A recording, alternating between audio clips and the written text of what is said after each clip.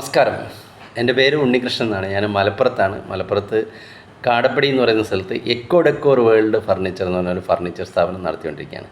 നമ്മളിന്ന് ഈ സിന്തറ്റിക് വുഡുകൾ, അതായത് നമുക്ക് എൻജിനീയറിംഗ് വൈദഗ്ധ്യം കൊണ്ട് ഇന്ന് ഒരുപാട് മരങ്ങൾ, സിന്തറ്റിക് ആയിട്ടുള്ള മരങ്ങൾ ഇന്ന് മാർക്കറ്റിൽ അവൈലബിൾ ആണ്. നമ്മളെ പരമ്പര ഫർണിച്ചറുകൾ ഉണ്ടാക്കാൻ വേണ്ടിയിട്ട് നമ്മളെ പരമ്പരാഗതമായിട്ടുള്ള സോളിഡ് വുഡിനെ തേക്ക് അല്ലെങ്കിൽ പ്ലാവ് അല്ലെങ്കിൽ അക്കേഷ്യ, റബ്ബ് വുഡ് ഇങ്ങനെയുള്ള മരങ്ങൾക്ക് പകരം ഇന്ന് ഒരുപാട് ഫർണിച്ചറുകൾ ഇന്ന് ഈ സിന്തറ്റിക് വുഡുകളെ കൊണ്ട് ഉണ്ടാക്കുന്നുണ്ട്. അപ്പോൾ അത് എന്തൊക്കെയാണ്, ഇതിൽ ഏതൊക്കെ വുഡുകളാണ് നമുക്ക് എന്തൊക്കെ ആവശ്യങ്ങൾക്കാണ് നമുക്ക് ഉപയോഗിക്കാൻ ഏറ്റവും സ്യൂട്ടബിൾ.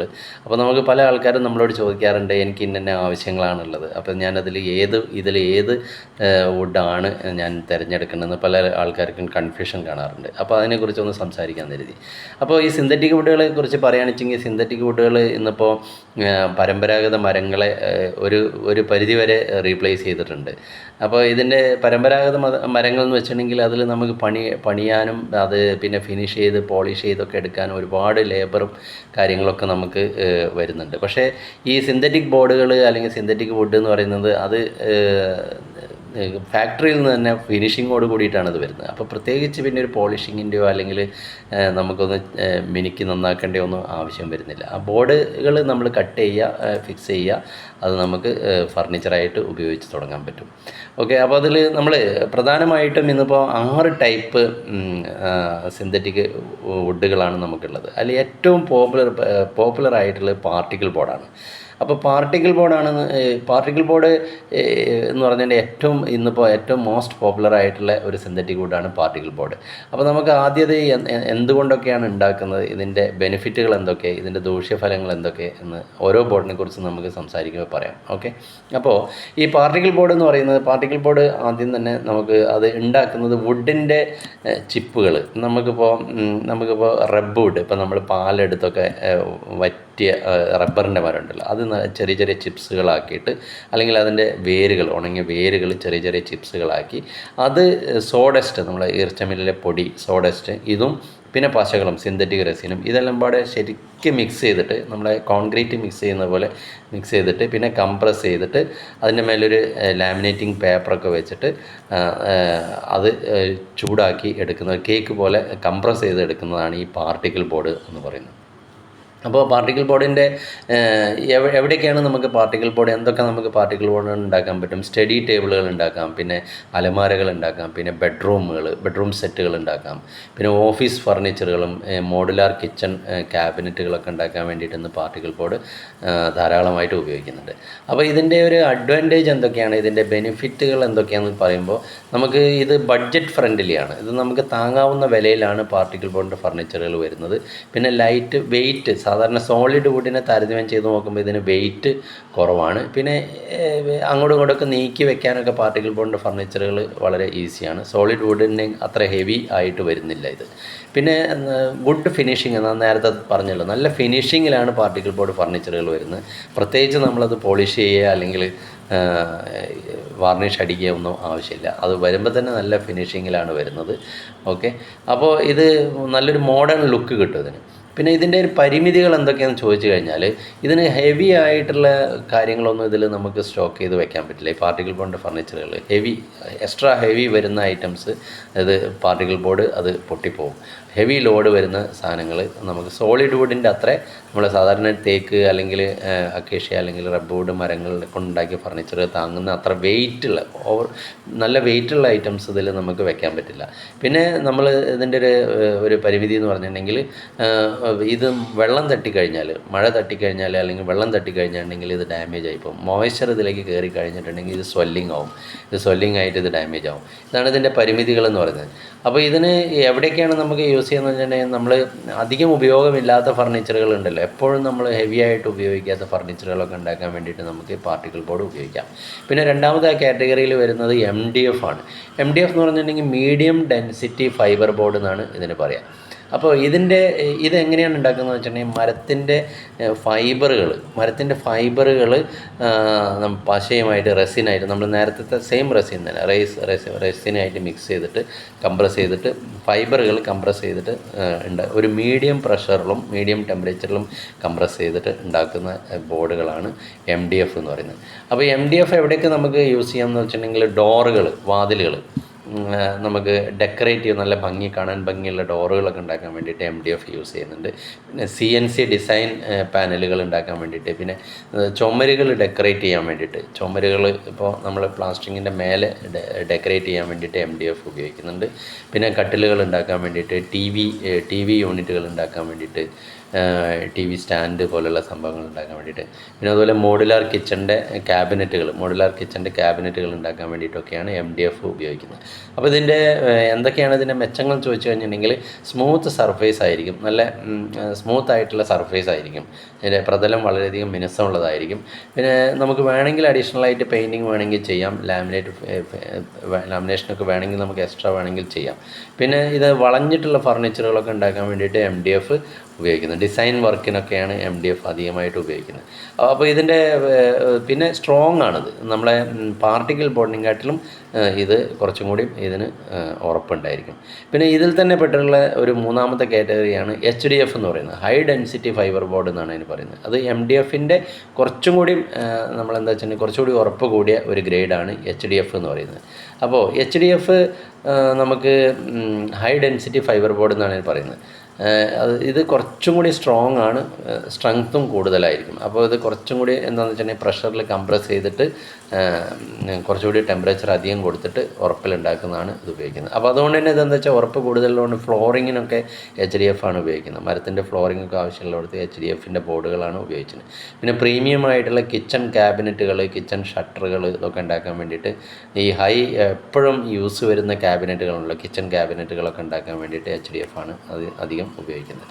അപ്പോൾ ഇതിൻ്റെ പ്രത്യേകത എന്ന് വെച്ചിട്ടുണ്ടെങ്കിൽ സ്ട്രോങ് ആണ്, MDFനെക്കാട്ടിയും ഇത് സ്ട്രോങ് ആണ്.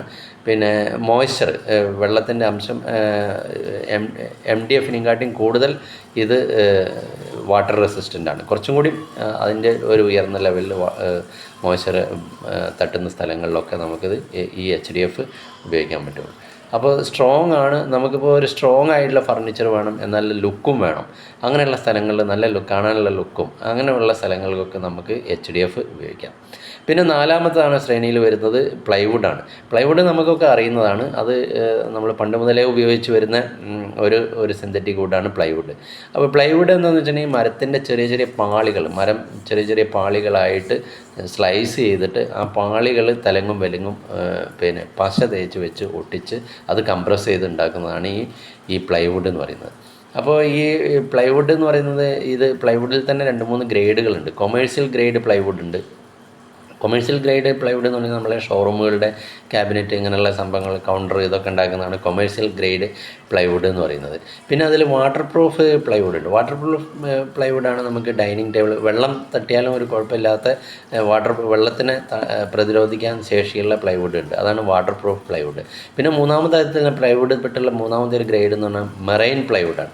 മെറൈൻ പ്ലൈവുഡ് എന്ന് പറഞ്ഞാൽ ഉപ്പ് വെള്ളത്തിനെ വരെ റെസിസ്റ്റ് ചെയ്യാൻ സ്ട്രെങ്ത് ഉള്ളതാണ് ഈ മെറൈൻ പ്ലൈവുഡ്. നമ്മുടെ ബോട്ടുകൾ, യാച്ചുകൾ ഒക്കെ ഉണ്ടാക്കാൻ വേണ്ടിയിട്ട് മെറൈൻ പ്ലൈവുഡാണ് ഉപയോഗിക്കുന്നത്.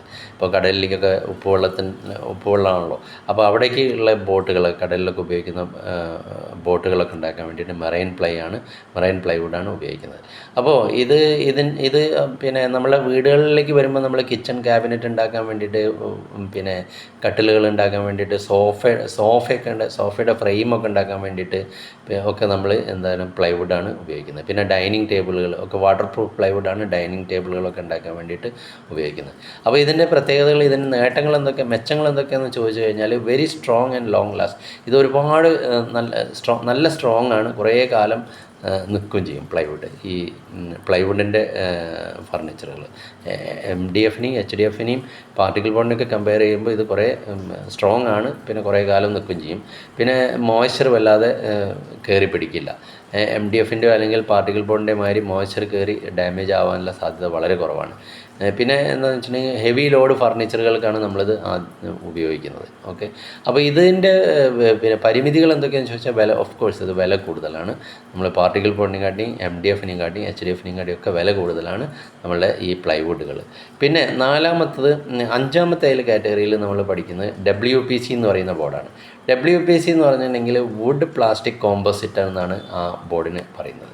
അപ്പോൾ ഇതെന്താണെന്ന് വെച്ചിട്ടുണ്ടെങ്കിൽ വുഡിൻ്റെ പൗഡറും പിന്നെ അതുപോലെ മരത്തിൻ്റെ പൗഡറും അതുപോലെ പ്ലാസ്റ്റിക്കിൻ്റെ പൗഡറും പോളിമർ പൗഡറും ഇത് രണ്ടും പാടെ മിക്സ് ചെയ്തിട്ട് മരത്തിൻ്റെയും പ്ലാസ്റ്റിക്കിൻ്റെയും ഒരു കോമ്പിനേഷനിൽ വരുന്ന ബോർഡാണ് ഈ WPC എന്ന് പറയുന്നത്.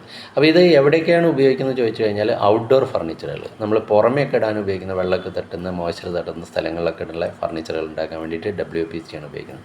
ബാത്റൂമിൻ്റെ ക്യാബിനറ്റുകൾ, ബാത്റൂമിൻ്റെ ഉള്ളിൽ വരുന്ന ക്യാബിനറ്റുകൾ ഉണ്ടാക്കാൻ വേണ്ടിയിട്ട്, പിന്നെ ബാത്റൂമിൻ്റെ നമ്മുടെ ഡോറിൻ്റെ ഫ്രെയിമുകളൊക്കെ ഉണ്ടല്ലോ, ഫ്രെയിമുകളൊക്കെ ഉണ്ടാക്കാൻ വേണ്ടിയിട്ടൊക്കെ WPC ആണ് ഉപയോഗിക്കുന്നത്. അപ്പോൾ ഇതിൻ്റെ പ്രത്യേകത മെച്ചം എന്താണെന്ന് വെച്ചിട്ടുണ്ടെങ്കിൽ 100% വാട്ടർ പ്രൂഫാണ്. വെള്ളം ഇതിലേക്ക് തീരെ കയറി ചെല്ലില്ല, ചെതൽ കയറില്ല, ടെർമൈറ്റ് പ്രൂഫാണ്. പിന്നെ ഒരുപാട് കാലം നല്ല സ്ട്രോങ്ങുമാണ്, കുറേ കാലം നിൽക്കും, ഹെവി വെയ്റ്റുമാണ് ഉള്ളൊരു സംഭവമാണ് ഈ WPC എന്ന് പറയുന്നത്.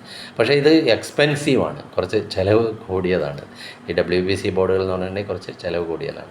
അപ്പോൾ ഇത് നമുക്ക് വെറ്റ് ഏരിയാസ്, നനവുള്ള ഏരിയകളിൽ, പിന്നെ പുറമെയുള്ള ഫർണിച്ചറുകൾ, വീടിൻ്റെ പുറമേക്ക് നമ്മൾ ഇടുന്ന ഫർണിച്ചറുകളൊക്കെ ഉണ്ടാക്കാൻ വേണ്ടിയിട്ട് WPC ബോർഡുകൾ ഉപയോഗിക്കാം.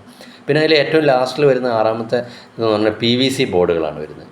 PVC ബോർഡ് എന്ന് പറഞ്ഞിട്ടുണ്ടെങ്കിൽ ഇത് ഫുള്ളി പ്ലാസ്റ്റിക്കാണ്, പോളിവിനൈൽ ക്ലോറൈഡാണ് ഇതിൽ ഉപയോഗിച്ചിരിക്കുന്നത്, PVC ബോർഡുകളാണ്.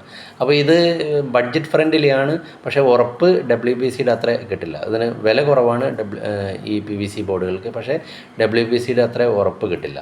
ഇത് ബാത്റൂമിൻ്റെ ക്യാബിനറ്റുകളൊക്കെ ഉണ്ടാക്കാൻ വേണ്ടിയിട്ട്, ബാത്റൂമിലൊക്കെ എപ്പോഴും നനവ് വരില്ല, പിന്നെ ബാത്റൂമിൻ്റെ ഡോറുകൾക്ക് വേണ്ടിയിട്ട് ഒക്കെ PVC ബോർഡുകളാണ് ഉപയോഗിക്കുന്നത്. അപ്പോൾ ഇതിൻ്റെ മെച്ചം എന്തൊക്കെയാണെന്ന് പറഞ്ഞാൽ 100% വാട്ടർ പ്രൂഫാണ്, വെള്ളം തീരെ കയറില്ല, പിന്നെ ടെർമൈറ്റ് പ്രൂഫ്, ചതൽ കയറില്ല. പിന്നെ അതുപോലെ പക്ഷേ ഇതിൻ്റെ ഒരു പരിമിതി എന്താണെന്ന് വെച്ചിട്ടുണ്ടെങ്കിൽ WPCൻ്റെ അത്ര ഉറപ്പ് കുറവാണ്. ഓക്കെ, അപ്പോൾ ഇത്രയും ബോർഡുകളാണ് ഇപ്പോൾ നമ്മൾ സാധാരണയായിട്ട് നമ്മൾ ഈ സിന്തറ്റിക് വുഡുകളിൽ നമ്മൾ ഫർണിച്ചറുകൾ ഉണ്ടാക്കാൻ വേണ്ടി ഉപയോഗിക്കുന്ന ബോർഡുകളാണ്. അപ്പോൾ ഇതിൽ നമ്മൾ ചുരുക്കി പറഞ്ഞു കഴിഞ്ഞിട്ടുണ്ടെങ്കിൽ ഇതൊക്കെ എൻജിനീയറിംഗ് വൈദഗ്ധ്യം കൊണ്ട് ഉണ്ടാക്കിയിട്ടുള്ള വുഡുകളാണ്. ഇതൊക്കെ നമ്മളുടെ പരമ്പരാഗതമായിട്ടുള്ള മരത്തിനെ റീപ്ലേസ് ചെയ്യാൻ വേണ്ടിയിട്ട് ഉണ്ടാക്കിയിട്ടുള്ള വുഡുകളാണ്. അപ്പോൾ ഇതൊക്കെ എന്ന് വെച്ചിട്ടുണ്ടെങ്കിൽ നമുക്ക് ഇത് എന്തിനാണെന്ന് വെച്ചിട്ടുണ്ടെങ്കിൽ പാർട്ടിക്കിൾ ബോർഡാണെന്ന് വെച്ചെങ്കിൽ നമുക്ക് ഇപ്പോൾ നമ്മൾ ഒന്നുകൂടി കൺക്ലൂഡ് ചെയ്ത് പറയുകയാണെങ്കിൽ പാർട്ടിക്കിൾ ബോർഡ് നമുക്ക് സ്റ്റഡി ടേബിൾ, അലമാരകൾ ഉണ്ടാക്കാൻ വേണ്ടിയിട്ട്, MDF എന്ന് പറഞ്ഞിട്ടുണ്ടെങ്കിൽ CNC കട്ടിങ്, അതുപോലെ ഡിസൈൻ ഫർണിച്ചറിനൊക്കെ വേണ്ടിയിട്ട്, MDF എന്ന് പറഞ്ഞിട്ടുണ്ടെങ്കിൽ പ്രീമിയം ക്യാബിനറ്റുകൾക്ക്, ഫ്ലോറിങ്ങിന് വേണ്ടിയിട്ടൊക്കെയാണ് ഉപയോഗിക്കുന്നത്. പ്ലൈവുഡ് എന്ന് പറഞ്ഞിട്ടുണ്ടെങ്കിൽ ഹെവി ഫർണിച്ചറുകൾ ഉണ്ടാക്കാൻ വേണ്ടിയിട്ട്, നമ്മുടെ പിന്നെ അതുപോലെ വാട്ടർ പ്രൂഫ് ഫർണിച്ചറുകൾ ഉണ്ടാക്കാൻ വേണ്ടിയിട്ട്, അതുപോലെ മെറൈൻ പ്ലേ കാണിച്ച് കടലിലെ നമ്മൾ ബോട്ട് ഒക്കെ ഉണ്ടാക്കാൻ വേണ്ടിയിട്ട് ഉപയോഗിക്കുന്നു. WPC എന്ന് പറഞ്ഞിട്ടുണ്ടെങ്കിൽ 100% വാട്ടർ പ്രൂഫ് ആയിട്ടുള്ള സ്ഥലങ്ങളിൽ ഉപയോഗിക്കുന്ന ഫർണിച്ചറുകൾ ഉണ്ടാക്കാൻ വേണ്ടിയിട്ട്. പിന്നെ PVC ആണെങ്കിൽ ലോ ബഡ്ജറ്റ് വാട്ടർ പ്രൂഫിംഗ് ആയിട്ടുള്ള ബോർഡാണ്. അപ്പോൾ ഇത് എന്താണെന്ന് വെച്ചിട്ടുണ്ടെങ്കിൽ ചീപ്പാണ്. ഈ എൻജിനീയറിംഗ് വുഡുകൾ എന്ന് പറഞ്ഞിട്ടുണ്ടെങ്കിൽ ഇതൊക്കെ ചീപ്പ് ആൾട്ടർനേറ്റീവാണ്. അതുകൊണ്ടാണ് വെച്ചിട്ടുണ്ടെങ്കിൽ മോഡേൺ സൊല്യൂഷനാണ്. പെട്ടെന്ന് അതുകൊണ്ട് നമുക്ക് പണിയെടുക്കാൻ പറ്റും. പ്രത്യേകിച്ച് പോളിഷിങ്ങോ അല്ലെങ്കിൽ ഫിനിഷിങ്ങിൻ്റെയോ ഒന്നും ആവശ്യമില്ല. അപ്പോൾ ഇതൊക്കെയാണ് നമ്മൾ സിന്തറ്റിക് വുഡുകളെക്കുറിച്ച് നമ്മൾ പഠിക്കേണ്ട കാര്യങ്ങൾ. അപ്പോൾ ഇത് നമ്മളുടെ ആവശ്യത്തിനനുസരിച്ച് നമ്മളുടെ വീട്ടിൽ നമ്മളുടെ ഏരിയ എങ്ങനെയാണ്, അപ്പോൾ എന്തൊക്കെ ഫർണിച്ചറുകളാണ് നമ്മൾ ഏതൊക്കെ ഏരിയകളിലാണ് ഇത് വേണ്ടതെന്നുള്ളത് നമുക്ക് സെലക്ട് ചെയ്തിട്ട് നമുക്കിതിൽ ഏറ്റവും സ്യൂട്ടബിൾ ആയിട്ടുള്ള ബോർഡ് നമുക്ക് സെലക്ട് ചെയ്യാം. Okay, thank you friends, thank you.